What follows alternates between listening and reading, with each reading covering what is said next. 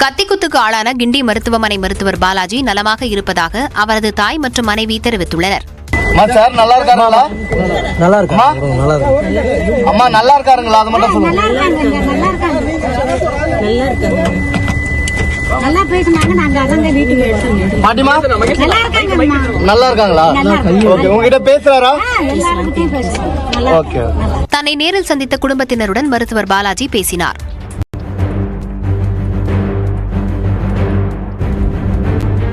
முன்னதாக மருத்துவர் பாலாஜியிடம் வீடியோ காலில் பேசிய அமைச்சர் மா சுப்பிரமணியன் அவரது உடல்நலம் குறித்து விசாரித்தார்.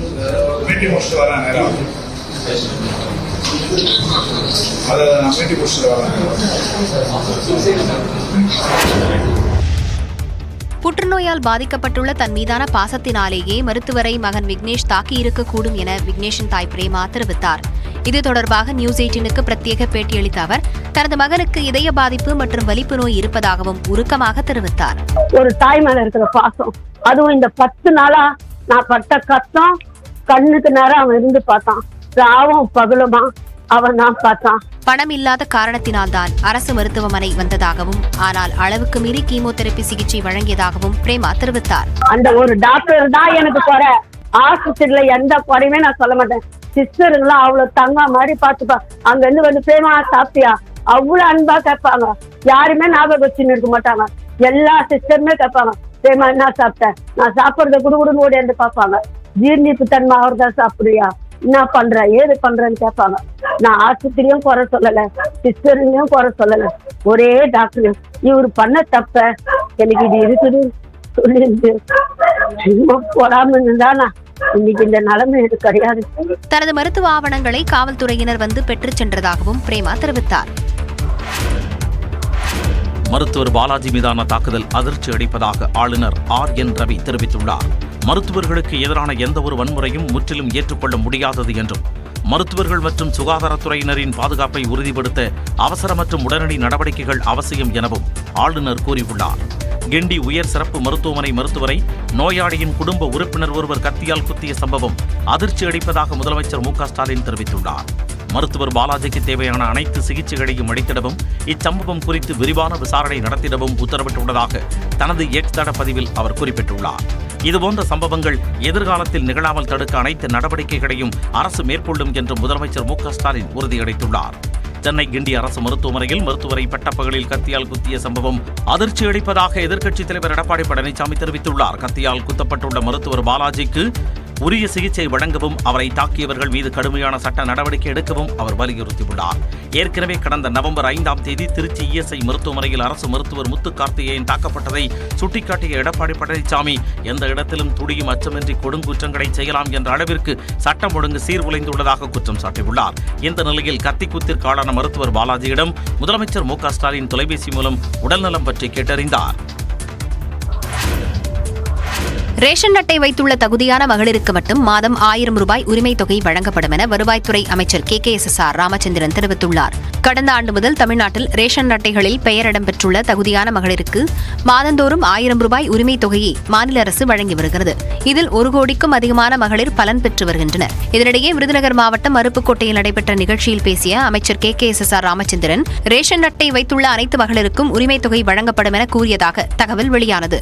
இது தொடர்பாக தனது எக்ஸ்தள பக்கத்தில் அமைச்சர் KKSSR ராமச்சந்திரன் வெளியிட்டுள்ள பதிவில் கலைஞர் மகளிர் உரிமை தொகை திட்டத்தில் ரேஷன் கார்டு அடிப்படையில் தகுதியுள்ளவர்களில் ஒருவர் கூட விடுபடாத அளவில் வழங்கிட வேண்டும் என்பதே திராவிட மாடல் அரசின் இலக்காகும் என தெரிவித்துள்ளார். முதலமைச்சரின் ஆலோசனைகளை பெற்று ரேஷன் கார்டு வைத்திருக்கும் தகுதியுள்ள அனைவருக்கும் கலைஞர் மகளிர் உரிமை தொகை வழங்கப்படும் என விருதுநகர் மாவட்ட நிகழ்ச்சியில் மக்களிடம் உறுதியளித்ததாக விளக்கமளித்துள்ளார். திமுகவிற்கு எதிரான ஒத்த கருத்துடைய கட்சிகளுடன் கூட்டணி அமைக்கப்படும் என கூறிய எடப்பாடி பழனிசாமி பாஜகவுடன் கூட்டணி இல்லை என்பதில் தெளிவாக இருப்பதாக விளக்கம் அளித்துள்ளார். உங்களோட கூட்டணிக்கு பாமகவையும் பாஜகவையும் வரவேற்க கதவு திறந்து வச்சிருக்கீங்களா? கதவு திறந்து வச்சிருக்கு, கதவு மூடுறதெல்லாம் அப்படியெல்லாம் கிடையாது. அதெல்லாம் மற்ற கட்சிகள் அப்படி இருக்கும்.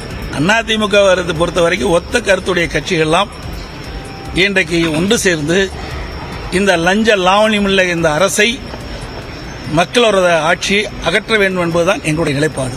சூழ்நிலைக்கு தக்கவர் தான் கூட்டணி அமைக்கிறாங்க. அந்த தேர்தலுக்கு நெருங்கின்ற பொழுதுதான் அந்த கூட்டணி யாரோட தலைமையில யார் கூட்டணி இருப்பாங்க என்று தெரிய வரும். அதுக்கு முந்தி எது சொன்னாலும் நிக்காது. ஏற்கனவே தெளிவுபடுத்திட்டேன், தெளிவா நான் சொல்லியாச்சு. நாடாளுமன்ற தேர்தல் இருக்கும்போது நடக்கின்ற பொழுது கட்சியினுடைய தலைமை அலுவலகத்திலும் சரி, பல்வேறு ஊடக பேட்டியிலும் சரி, பத்திரிகை பேட்டி கொடுக்கும்போது தெளிவாக சொல்லிட்டேன். சட்டமன்ற தேர்தலின் போது பாரதிய ஜனதாவுடைய கூட்டணி இல்லை என்று சொல்லப்பட்டு விட்டது. அதை வைத்து மீண்டும் மீண்டும் நீங்க கேள்வி கேட்டு இருக்கிறீங்க. என்ன சொல்றது? ஏற்கனவே நாங்கள் ஒரு முடிவு செஞ்சு அறிவிக்கப்பட்டு விட்டது. திமுக எங்களுடைய எதிர்கட்சி. திமுக மக்களோட ஆட்சி அகற்றப்பட வேண்டும் என்பது நோக்கம். அதோட பாரதிய ஜனதாவுடைய கூட்டணி இல்லை என்பது எங்களுடைய நிலைப்பாடு. அதில் தெளிவா இருக்கிறோம். அதனால எதையும் பொருத்தி பேசக்கூடாது. சட்டப்பேரவைத் தேர்தலில் பொய்யான பிரமாண பத்திரம் தாக்கல் செய்ததாக அதிமுக முன்னாள் அமைச்சர் KC வீரமணிக்கு எதிராக நீதிமன்றத்தில் தேர்தல் ஆணையம் மனு தாக்கல் செய்துள்ளது. கடந்த 2021ஆம் ஆண்டு சட்டப்பேரவைத் தேர்தலில் ஜோலார்பேட்டை தொகுதியில் KC வீரமணி போட்டியிட்டார். அப்போது பிரமாண பத்திரத்தில் தவறான தகவல்களை அளித்ததாக கூறி ராமமூர்த்தி என்பவர் தேர்தல் ஆணையத்தில் புகார் அளித்திருந்தார். KC வீரமணி மீதான புகாரில் நடவடிக்கை எடுக்க தேர்தல் ஆணையத்திற்கு உத்தரவிடக் கோரி உயர்நீதிமன்றத்திலும் ராமமூர்த்தி மனு தாக்கல் செய்தார். இதன்படி உரிய நடவடிக்கை எடுக்க தலைமை தேர்தல் அதிகாரிக்கு சென்னை உயர்நீதிமன்றம் உத்தரவிட்டிருந்தது. இதனைத் தொடர்ந்து நடத்தப்பட்ட விசாரணையில் KC வீரமணி பிரமாண பத்திரத்தில் சொத்துக்களை மறைத்து காண்பித்தது கண்டுபிடிக்கப்பட்டது. இது தொடர்பாக திருப்பத்தூர் நீதிமன்றத்தில் தேர்தல் அலுவலர் மனு தாக்கல் செய்துள்ளார். மக்கள் பிரதிநிதித்துவ சட்டம் 125A பிரிவின் கீழ் நாட்டிலேயே முதல் முறையாக அதிமுக முன்னாள் அமைச்சர் KC வீரமணி மீது மனு தாக்கல் செய்யப்பட்டுள்ளதாக தகவல் வெளியாகியுள்ளது. இந்த வழக்கு வரும் 26ஆம் தேதி விசாரணைக்கு வருகிறது. சென்னையில் OBG நிறுவனத்திற்கு சொந்தமான இடங்களில் அமலாக்கத்துறை நடத்திய சோதனையில் கணக்கில் வராத 8 கோடி ரூபாய் ரொக்கம் பறிமுதல் செய்யப்பட்டுள்ளது.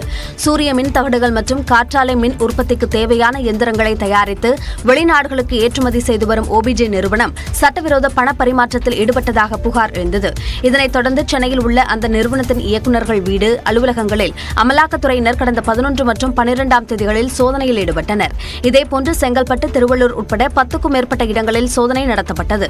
இந்த நிலையில் இந்த சோதனையில் 8 கோடியே 38 லட்சம் ரூபாய் பறிமுதல் செய்யப்பட்டுள்ளதாக அமலாக்கத்துறை தெரிவித்துள்ளது. OBG நிறுவனத்திற்கு சொந்தமான இடங்கள் மற்றும் அந்நிறுவன இயக்குநர்கள் வீடுகளில் இருந்து இந்த பணம் பறிமுதல் செய்யப்பட்டுள்ளது. தென்னாப்பிரிக்காவிற்கு எதிரான 3வது 20 ஓவர் போட்டியில் இந்திய அணி 11 ரன்கள் வித்தியாசத்தில் வெற்றி பெற்றது. இரு அணிகளும் தலா ஒரு போட்டியில் வெற்றி பெற்றிருந்த நிலையில் 3வது 20 ஓவர் போட்டி செஞ்சுரியன் மைதானத்தில் நேற்று நடைபெற்றது. டாஸ் வென்ற தென்னாப்பிரிக்க அணி முதலில் பந்துவீச்சை தேர்வு செய்தது. அதன்படி இந்தியா முதலில் பேட்டிங் செய்தது. தொடக்க வீரராக களமிறங்கிய சஞ்சு சாம்சன் டக் அவுட் ஆகி வெளியேறினார். மற்றொரு தொடக்க வீரரான அபிஷேக் சர்மாவுடன் திலக் வர்மா ஜோடி சேர்ந்து அதிரடி ஆட்டத்தை வெளிப்படுத்தினார். அபிஷேக் சர்மா 25 பந்துகளில் 50 ரன்கள் எடுத்து ஆட்டமிழந்த நிலையில் பின்னர் வந்த வீரர்கள் சொற்ப ரன்களுக்கு ஆட்டமிழந்தனர். மறுமுனையில் ருத்ரதாண்டவம் ஆடிய திலக் வர்மா 56 பந்துகளில் 7 சிக்ஸர் 8 பவுண்டரிகளுடன் 107 ரன்கள் எடுத்து இறுதி வரை களத்தில் இருந்தார். இந்திய அணி 20 ஓவர் முடிவில் 6 விக்கெட்டுகள் இழப்பிற்கு 219 ரன்களை குவித்தது. இதையடுத்து 220 ரன்கள் எடுத்தால் வெற்றி என்ற இலக்குடன் களமிறங்கிய தென்னாப்பிரிக்க அணி இந்திய அணியின் பந்துவீச்சை சமாளிக்க முடியாமல் திணறியது. 20 ஓவர்களின் முடிவில் அந்த அணி 7 விக்கெட்டுகளை இழந்து 208 ரன்கள் மட்டுமே எடுத்தது. இதன் மூலம் 11 ரன்கள் வித்தியாசத்தில் இந்தியா வெற்றி பெற்றது. மேலும் இந்திய அணி 2-1 என்ற கணக்கில் முன்னிலை பெற்றுள்ளது. இரு அணிகளுக்கும் இடையேயான 4வது மற்றும் கடைசி 20 ஓவர் போட்டி நாளை நடைபெறுகிறது. தனக்கும் நடிகர் விஜய்க்கும் இடையேயான பாசம் மற்றும் அன்பு துளியும் கூட குறையவில்லை என நாம் தமிழர் கட்சியின் தலைமை ஒருங்கிணைப்பாளர் சீமான் தெரிவித்துள்ளார். தென்காசி மாவட்டம் கடையநல்லூரில் செய்தியாளர்கள் சந்திப்பில் பேசிய அவர் தாவேக கட்சியின் கோட்பாட்டில் முரண்படுவதாக கூறினார். எனக்கு என் தம்பிக்கு இடையில அண்ணன் தம்பி உறவுங்கிறதுல பாசத்துல எனக்கு துளியும் இல்லை, அன்புல குறையில. ஆனால் கட்சியினுடைய கோட்பாட்டு கொள்கையில நாங்க முரண்படுறோம். இப்ப இந்த கோட்பாட்டை என் தம்பி சொல்ற கோட்பாட்டை ஒரு அண்ணனா அவனுக்கு மூத்த அரசியல் அந்த நீண்ட காலமா இருக்குன்னா அது தப்பு. நீ அந்த மாதிரி சொல்லாத, சாதி மதம்னு பிரிக்கிறாங்கன்னு சொல்லு. ஏன்னா சாதி மத உணர்ச்சி மனிதனுக்கு மட்டுமானது. மொழியின் அடிப்படையில் உலகம் முழுமைக்கும் அரசியலை கட்டமைக்கிறான். அப்படிதான் இந்தியாவே மொழி வழியே தான் மாநிலங்கள், தேசிய இனங்கள், நிலங்கள் பிரிக்கப்பட்டிருக்கு. தாவேக கோட்பாட்டை தவறு என்று சொல்ல தனக்கு உரிமை உள்ளது எனவும் சீமான் தெரிவித்தார்.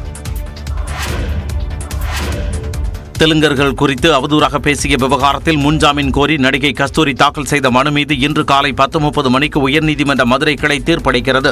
சென்னையில் இந்து மக்கள் கட்சி சார்பில் பிராமணர்களின் பல்வேறு கோரிக்கைகளை வலியுறுத்தி நடந்த ஆர்ப்பாட்டத்தில் கலந்து கொண்ட நடிகை கஸ்தூரி தெலுங்கர்களை அந்தப்புற சேவகர்கள் என பேசியதால் சர்ச்சை எழுந்தது. இது தொடர்பாக அளிக்கப்பட்ட புகாரின் பேரில் எழும்பூர், ஆண்டிவட்டி, மதுரை, திருநகர் உள்ளிட்ட காவல் நிலையங்களில் நடிகை கஸ்தூரி மீது வழக்குகள் பதிவு செய்யப்பட்டன.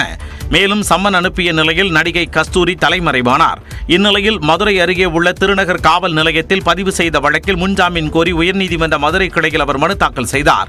மனுவை விசாரித்த நீதிபதி ஆனந்த் வெங்கடேஷ் நடிகை கஸ்தூரியின் வெறுப்பு பேச்சுக்கு கண்டனம் தெரிவித்ததுடன் அந்தப்புறம் குறித்த பேச்சின் நோக்கம் என்ன என்றும் சரமாரி கேள்வி எழுப்பினார். அரசு தரப்பு மற்றும் கஸ்தூரி தரப்பில் வாதங்கள் முன்வைக்கப்பட்ட நிலையில் தீர்ப்பு ஒத்திவைக்கப்பட்டிருந்தது. இந்நிலையில் இன்று காலை 10:30 மணி அளவில் தீர்ப்பு வழங்கப்படும் என அறிவிக்கப்பட்டுள்ளது. கிருஷ்ணகிரி மாவட்டம் ஜவளகிரி வனப்பகுதியில் தஞ்சமடைந்துள்ள 50க்கும் மேற்பட்ட யானைகளை கர்நாடக வனப்பகுதிக்கு விரட்டும் பணியில் வனத்துறையினர் ஈடுபட்டு வருகின்றனர். கிருஷ்ணகிரி மாவட்டம் ஜவளகிரி வனப்பகுதிக்கு கழுத்தில் கர்நாடக வனத்துறையினரின் கண்காணிப்பு கேமரா மற்றும் GPS கருவிகள் பொருத்தப்பட்ட 50க்கும் மேற்பட்ட யானைகள் தஞ்சமடைந்துள்ளன. கடந்த மாதம் தேன்கனிக்கோட்டை வனச்சரகத்திற்கு வந்த 30 யானைகள் தனித்தனியாக பிரிந்து பயிர்களை சேதப்படுத்திய நிலையில் தற்பொழுது 50 யானைகள் முகாமிட்டுள்ளது அதிர்ச்சியை ஏற்படுத்தியுள்ளது. வனத்துறையினர் யானைகளை அடர்ந்த வனப்பகுதிக்குள் விரட்டினாலும் கேழ்வரகு கதிரில் பால் முற்றி உள்ளதால் அதன் சுவையை அறிந்து மீண்டும் தற்போது 50க்கும் மேற்பட்ட யானைகள் ஜவளகிரி வனப்பகுதியில் தஞ்சமடைந்துள்ளன. இந்த யானைகள் தேன்கனிக்கோட்டை வனப்பகுதிக்குள் இடம்பெயர்ந்தால் விவசாயிகள் பயிரிட்டுள்ள பயிர்களை சேதப்படுத்திவிடும் என்பதால் வனத்துறையினர் யானைகளை விரட்டும் பணியில் ஈடுபட்டு வருகின்றனர். இதனால் ஜவளகிரி வனப்பகுதியையொட்டி வசிக்கும் கிராம மக்கள் பாதுகாப்பாக இருக்க வேண்டும் எனவும் வனத்துறையினர் எச்சரிக்கை விடுத்துள்ளனர். மகாராஷ்டிராவில் சட்டப்பேரவை தேர்தலையொட்டி முதலமைச்சர், துணை முதலமைச்சர்கள், மத்திய அமைச்சர் ஆகியோர் சென்ற வாகனங்களில் தேர்தல் ஆணைய அதிகாரிகள் சோதனை செய்தனர். 288 தொகுதிகளை கொண்ட மகாராஷ்டிரா சட்டப்பேரவைக்கு வரும் 20ஆம் தேதி ஒரே கட்டமாக வாக்குப்பதிவு நடைபெற இருக்கிறது. இந்த நிலையில் பால்கர் பகுதிக்கு தேர்தல் பரப்புரை மேற்கொள்ள முதலமைச்சர் ஏக்நாத் சிண்டே சென்றார். அப்போது அவரின் ஹெலிகாப்டரை தேர்தல் அதிகாரிகள் சோதனை செய்தனர்.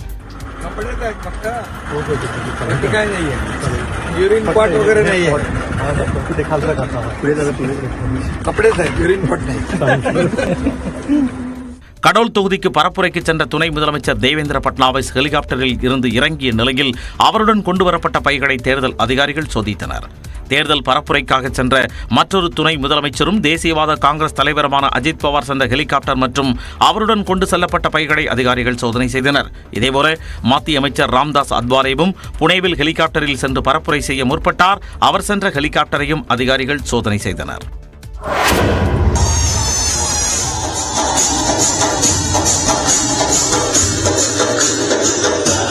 டெல்லியில் களை கட்டிய வண்ணமிகு லேசர் ஒளி காட்சிதான் இது. தீபாவளி பண்டிகை, குருபர் மற்றும் பிர்சா முண்டாவின் 150வது பிறந்தநாள் ஆகியவற்றை கொண்டாடும் விதமாக டெல்லி வளர்ச்சி ஆணையம் சார்பில் வாசுதேவ் கேட் பகுதியில் தீப உற்சவம் நிகழ்ச்சிக்கு ஏற்பாடு செய்யப்பட்டது. இதனையொட்டி 3.5 லட்சம் தீபங்கள் ஏற்றப்பட்டன.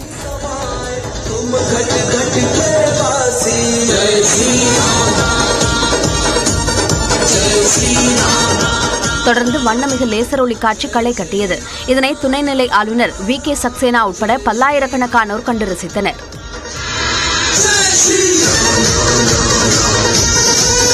முன்னதாக கடவுளர் வேடமணிந்து வந்த இளைஞர்களுக்கு துணைநிலை ஆளுநர் ஆரத்தி எடுத்து வழிபட்டார்.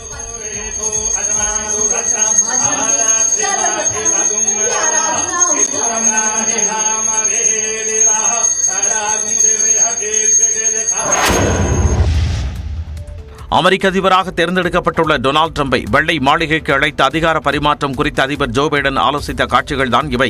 அமெரிக்க அதிபர் தேர்தலில் குடியரசுக் கட்சி சார்பில் போட்டியிட்ட டொனால்டு டிரம்ப் 2வது முறையாக அதிபராக தேர்வாகியுள்ளார். அடுத்த ஆண்டு ஜனவரி மாதம் அமெரிக்காவின் புதிய அதிபராக பதவியேற்க உள்ளார். இந்நிலையில் டொனால்டு டிரம்ப் நேற்று வெள்ளை மாளிகைக்கு சென்று தற்போதைய அதிபர் ஜோ பைடனை சந்தித்து பேசினார். டிரம்பை வரவேற்று பேசிய ஜோ பைடன் அதிகார மாற்றம் சுமூகமாகவும் அமைதியான முறையிலும் நடப்பது உறுதி செய்யப்படும் என்று கூறினார். இதற்கு டிரம்ப் நன்றி தெரிவித்துக் கொண்டார். Thank you very much. And politics is tough, and it's many cases not a very nice world, but it is a nice world today, and I appreciate very much a transition that's so smooth. It'll be as smooth as it can get, and I very much appreciate that, Jim. You're welcome. கடந்த 2020ஆம் ஆண்டில் நடந்த அதிபர் தேர்தலில் Biden வெற்றி பெற்றபோது அவரை வெள்ளை மாளிகைக்கு அழைத்து பேச ட்ரம்ப் மறுத்துவிட்டார். அப்போது வெள்ளை மாளிகையில் இருந்து வெளியேறிய ட்ரம்ப் 4 ஆண்டுகளுக்கு பிறகு முதல் முறையாக வெள்ளை மாளிகைக்கு சென்றது கவனிக்கத்தக்கது.